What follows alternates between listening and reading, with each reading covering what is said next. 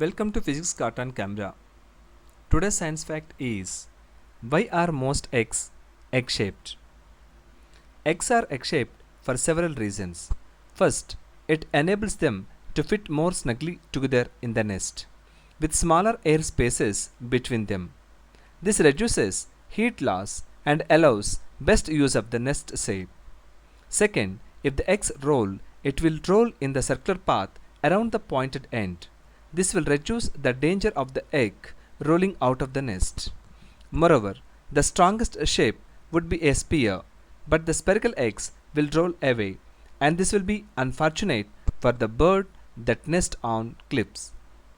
Most eggs will roll in a curved path, coming to rest with the sharper end pointing uphill.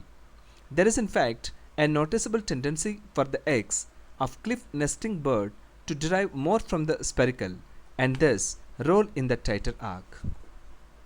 Third, the egg shape is more comfortable and for the bird while it's laying. Rather than a spear or cylinder, other shapes have structurally weak points and edges. Finally, another important reason is that hens eggs are the ideal shape for fitting into egg cups and egg holders on the fridge door. No other shape would do. Thanks for watching.